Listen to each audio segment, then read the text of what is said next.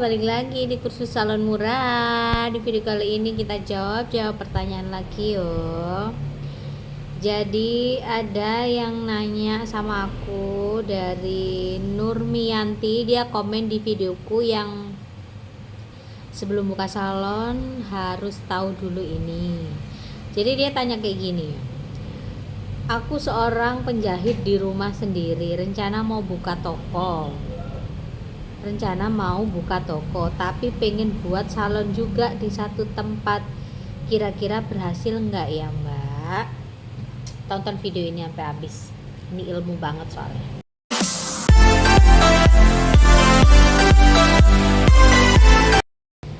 Nah, jadi aku ulas ya. Ketika kalian ingin membuka usaha berbarengan ya, yang pastinya itu sebenarnya tidak salah. Yang jadi permasalahan itu cocok apa enggak ya, cocok dalam arti nyambung apa enggak. Karena aku kan juga nggak tahu ya, dia ini siapa, Nurmianti ini pengen buka usaha pengen rencana buka usaha toko, tapi nggak tahu toko apa, toko material kah, toko sembako kah, atau toko kosmetik, aku juga nggak tahu. Cuman tapi pengen buka salon juga di tempat yang sama. Kira-kira berhasil nggak ya Mbak? Jawabannya antara berhasil dan nggak berhasil ini 50-50. Ini aku ngomong berdasarkan versiku ya. Aku sudah posisi di sini untuk salon rambut. Saat itu aku ingin membuka wedding masih di sini karena perintis ini, meskipun kita rambut sudah punya nama. Wedding ini loh ya, mau naik ini susahnya minta ampun. Karena satu sisi wedding jam terbangku tinggi, aku masih pemain baru, di samping itu usiaku masih sangat muda ya. Naiknya ini sangat susah. Nggak sampai 1 tahun, aku langsung mengambil keputusan lebih baik aku cut ini ya. Aku cut ini yang wedding, lebih baik aku selalu stay di sini di salon rambut. Karena apa? Karena aku merasa ketika usahaku ini aku gandengin jadi satu antara wedding dengan salon, yang aku pikir semula ini dia akan bisa jalan, ternyata tidak baik-baik saja. Salah satu usaha pasti akan kalah, dan yang kalah ini yang weddingnya.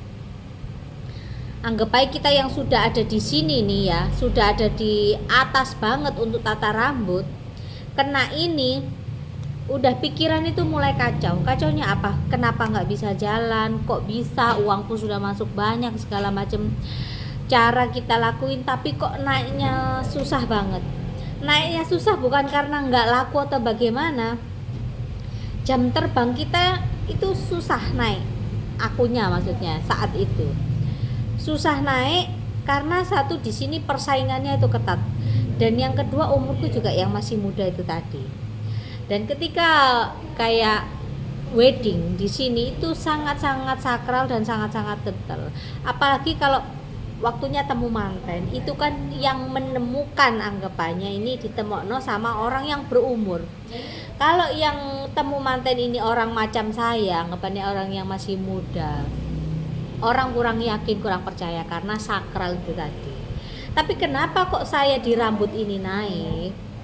Ya, jadi menurut kesimpulan saya, di salon ya, semakin muda umur kamu akan semakin naik ketika kamu mempunyai usaha salon.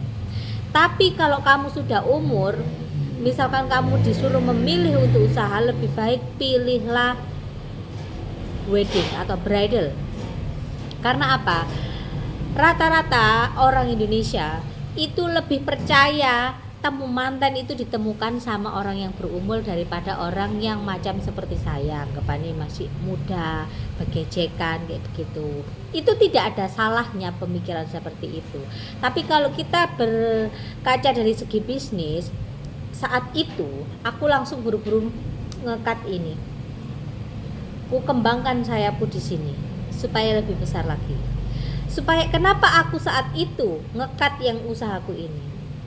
Karena aku tidak mau ada pikiran di mana nanti akan mengganggu konsentrasiku ketika aku melanjutkan ataupun mengembangkan usahaku yang ini. Karena kalau pikiran kita kebagi, hancur di sini, pikiran kita kecurah di wedding, ya ini nanti jatuhnya nggak akan berkembang. Padahal ini satu tempat dan masih nyambung-nyambung aja loh. Ya, anggap aja usaha nyambung, tapi nggak bisa disatukan. Kalau kalian paham omonganku ini, kalian pinter. Nggak iso disatukan. Jadi ketika kalian mulai melangkah, usahakan pilih salah satu dulu. Ojo semua mbok gagai. Ya. Kecuali ya kalian ini dalam arti kamu pisah tempatnya. Ini salon, only salon rambut. Kamu punya tempat satu lagi untuk wedding, nggak ada masalah itu. Tapi ya modalmu sangat besar. Karena apa? Kalau disatukan itu benar-benar nggak bisa jalan. Karena aku sudah ngerasain sendiri. Kalau aku nggak ngerasain, aku nggak bisa ngomong. Karena aku sudah ngerasain sendiri, makanya aku bisa ngomong. Akhirnya semua peralatanku udah aku kasih temanku yang ada di Jember. Ya. Jadi itu salah satu alternatif supaya pikiran kita itu lebih sehat. Contoh lagi satu. Aku punya temen nih, dia punya toko kosmetik, nyuplai barang-barang salon, sama jual-jual kayak pokoknya segala sesuatu yang berhubungan dengan salon dia punya. Dibarengi dengan salon, satu tempat. Ini lo nggak jalan, yang jalan malah tokonya, salonnya turun. Kenapa bisa terjadi seperti itu? Apakah salah di orangnya? Enggak. Kalau kalian mau tahu kenapa seperti itu, ya karena digandengi. Terkadang ini kita ngomong diri kita aja lah. Kita nih ya, pasti ada satu sisi, maksudnya aku ngomong salon lo ya. Semua salon pasti ada treatment unggulan. Contoh gini, salon A dia ini jago dipotong rambut, tapi dia ini nggak jago di warna smoothing, ini dia biasa aja. Tapi kalau potong rambut jangan diadu, pasti dia rame dipotongnya. Tapi orang kalau mau smoothing di situ nggak mau, karena tahu mungkin hasilnya nggak bagus, tapi dia jago di cutting. Ada salon B, dia ini terkenalnya ini di pewarnaan, tapi dia ini nggak jago di smoothing. Ada kayak gitu. Jadi setiap salon ini punya treatment unggulan masing-masing. Nggak bisa setiap salon ini menguasai semuanya, dalam arti best sellernya, dia jagonya di mana, anggapannya skillnya di mana lah. Semua pasti kalau kalian cermati sebagai customer, kalau kalian suka coba salon A, salon B, salon C, kalian akan setuju dengan cara berpikirku seperti ini. Setiap salon punya skill sendiri-sendiri. Salon A jago smoothing, B pewarnaan, yang salon C ini jago cutting, yang salon D dia semua perawatan, anggaplah potong standar, smoothing hasilnya biasa aja, warna hasilnya biasa aja, tapi rame. Berarti dia pinter di manajemennya. Dia nggak pinter secara skill, tapi pinter secara manajemennya. Ada yang kayak gitu. Ada yang menguasai semuanya, pinter semuanya, tapi salonnya sepi juga ada. Kenapa bisa kejadian seperti itu? Kalian tanya sama yang di atas. Aku juga nggak bisa tahu, sampai hari ini nggak ada jawaban. Tapi yang pasti semuanya ada keunggulannya sendiri-sendiri. Jadi Mbak, kalau sampean mau membuka usaha itu lebih baik dipilih salah satu. Karena apa? Kalau sampean ini jalan semuanya, nanti sampean stres. Kenapa aku bisa ngomong stres? Zaman sekarang orang nggak pegang uang itu wes gendang. Ketika uangmu kamu keluarin semuanya untuk usahamu dan kamu merasa kamu ini, wah aku bisa nih. Orang itu bisa kaya nih dari usaha itu, orang itu bisa kaya dari usaha ini, orang itu kaya dari usaha ini, usaha itu. Orang itu nasibnya beda dengan nasib kamu. Anggapannya seperti itu ya. Jadi jangan langsung semua. Pilih berdasarkan apa yang kamu suka, apa yang menjadi hoki kamu. Katakanlah kamu merasa sekarang kamu ini sebagai seorang penjahit, skill kamu di situ, kamu sudah punya database di situ, kembangkan di situ. Jangan kamu langsung merambah ke yang lain. Besarkan dulu yang itu dulu, satu ini. Jangan kamu ngelihat orang ngevlog di salon pencapaiannya bisa punya kos-kosan, bisa punya apartemen, bisa punya anggapannya rumah, bisa punya ruko. Akhirnya kamu termotivasi, itu benar. Tapi belum tentu ketika kalian mencontoh itu kalian akan mendapatkan nasib yang sama. Beda rupa beda nasib, yo. Jadi bedakan. Maksudnya orang beranggapan istilahnya memberikan contoh, ini loh pencapaian saya di usaha ini, untuk memotivasi yang lain-lainnya. Ketika kalian mempunyai usaha apapun itu bisa berkembang seperti dia. Jangan dicontoh usahanya, contohin motivasinya bisa mencapai seperti itu. Ya apa carane, bagaimana cara mengembangkan. Kalau saya jadi kamu, ketika passion saya memang di jahit, ya saya akan menekuni itu. Contohnya seperti ini, ketika kamu ini jago jahit, ya otomatis kamu pintar bikin pola ini itu, tekuni, sekolah lagi, anggapannya seperti sekolah fashion designer. Untuk apa? Untuk dirimu sendiri, mengembangkan bakatmu sendiri, mengembangkan usahamu supaya lebih besar lagi. Anggapannya yang biasanya kamu ini bisa menjahit daster aja, kamu bisa bikin gaun, nilaimu makin naik gitu loh.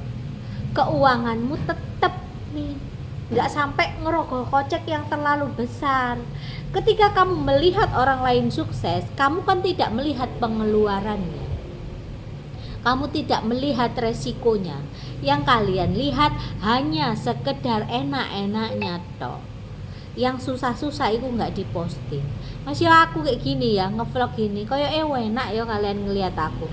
Tapi kalian juga nggak tahu aku ini ngetik video berkali-kali sampai keringetan, kepanasan, anggapannya mikir ki aku kok ngomong apa. Nggak tahu, yang dilihat kalian, oh konten ini bagus nih.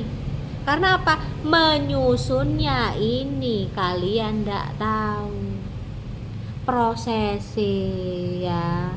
Jadi usahakan ketika kalian sudah mempunyai satu usaha, ya udah kembangin aja. Bukan berarti aku ngomong kayak gini ndak mau ditiru usahanya, ndak sama sekali. Justru kalau semakin banyak saingan itu semakin seru.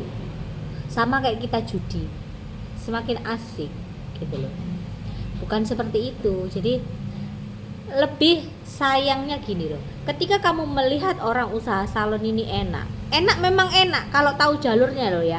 Tapi kalau kamu ini kan sebenarnya sudah terbentuk, sudah ada pondasi jahit, sisa mengembangkan. Apalagi sekarang dunia fashion ini naik loh, dunia garment ini naik loh.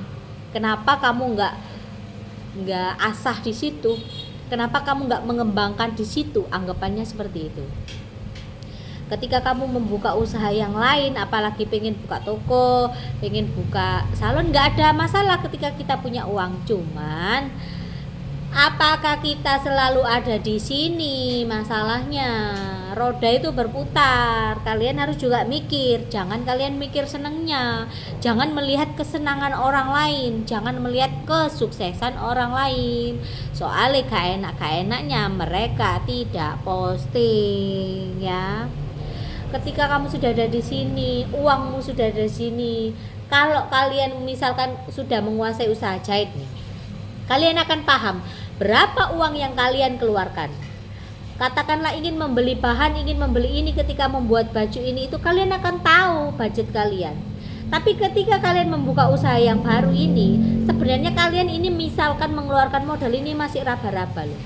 Bisa jadi yang anggapannya modal kamu segini nih di tabungan kamu, bisa jadi sisa segini, bisa jadi sisa segini, bisa jadi habis semuanya. Siap nggak resiko seperti itu? Kalau siap dan kalian punya uang yang lebih-lebih, nggak ada masalah. Namanya kita hidup itu kan kita menjaga resiko, meminimalisir yang namanya kalian ini kere. Kalau wis kere bingung, gak ono sing ngutangi duit ya. Nanti kalau kalian posisi seperti itu, kalian akan stres gendeng di waktu yang sama. Jadi lebih baik dipikir Kalau aku jadi kamu, ya, aku mau mengembangkan apa yang ada. Karena usaha garment sekarang juga lagi naik, eman-eman, ya. Usaha salon itu memang menjanjikan, sampai usia tua itu menjanjikan. Ilmumu masih dipakai, selama kamu masih bisa megang gunting, ilmumu masih kepake. Tapi yang harus kalian pahami, jangan kita melihat kacamatanya orang lain. Enaknya orang lain belum tentu enak di kamu, ya. Aku ngomong seperti ini berdasarkan fakta karena aku sudah mengalami. Kalau kalian belum mengalami tapi masih ragu-ragu, ya, setidaknya apa yang aku omongkan ini menjadi masukan buat kalian. Tapi ketika kamu ingin memulai usaha tapi kamu tidak ada usaha yang lain, dalam arti tidak ada usaha yang sebelumnya kamu tekuni, silahkan kamu menekuni usaha salon karena usaha ini sangat menjanjikan sampai kamu usia tua. Ini aku ngomong seperti ini karena sudah merasakan enaknya duitnya. Tapi kalau sudah ada usaha sebelumnya lebih baik dikembangkan. Kalau belum ada usaha, silahkan merambah dunia salon ataupun toko yang kamu pengen geluti. Tapi saran saya, kalau misalkan buka dua-duanya ini jangan, lebih baik salah satu dulu. Toko ya toko, salon ya salon. Supaya apa? Supaya kamu ini fokus. Supaya pikiranmu nggak kepecah di sini dua ini. Kalau pikiranmu ini kebagi-bagi, akhirnya nanti nggak fokus, kalah salah satunya. Seperti yang aku jelaskan di depan tadi, ya. Jangan sampai kalian ini ngalami seperti itu. Karena tingkat stres orang ini beda-beda. Ono wong pemikir, akhirnya loro. Ono wong tahan banting, kejadian bangkrut biasa aja, coba lagi. Kan belum tentu ada yang pemikirannya dan mentalnya ini mental baja. Kalau mental oyong, mental gambas, anggapan itu ya akan mikir, jatuhnya akan stres sendiri. Jadi ketika mau melangkah, dipikir dulu ya. Selama kalian masih ada uang itu kalian bebas mau ngapain aja, cuman harus diingat juga roda ini berputar gitu ya. Dan harus diingat baik-baik, pada dasarnya semua orang itu tidak suka kalau ngelihat kita itu sukses, tapi orang akan suka ketika kita ini jatuh. Jangan sampai kita ini posisi disorakin orang begini, bukan disorakin karena kita ini sukses, tapi karena kita jatuh, ya. Lebih baik istilah kasarnya, kita tidak dapat sorakan, kita tidak dapat sorotan, kita main aman, ya. Kembangkan apa yang ada, Mbak. Jangan terlalu terobsesi meskipun kita ada uang. Karena apa? Selagi masih usaha yang lama ini bisa kita kembangkan. Siapa tahu nanti jodohmu, rezekimu lebih besar di situ. Enggak kena di kamu, kena di anak kamu. Gitu ya. Jadi semoga jawabanku ini bisa jadi referensi buat kamu. Kalau ada benernya ya dengerin, kalau nggak ada benernya nggak usah didengerin, ya. Terima kasih buat kalian yang udah nonton, bye.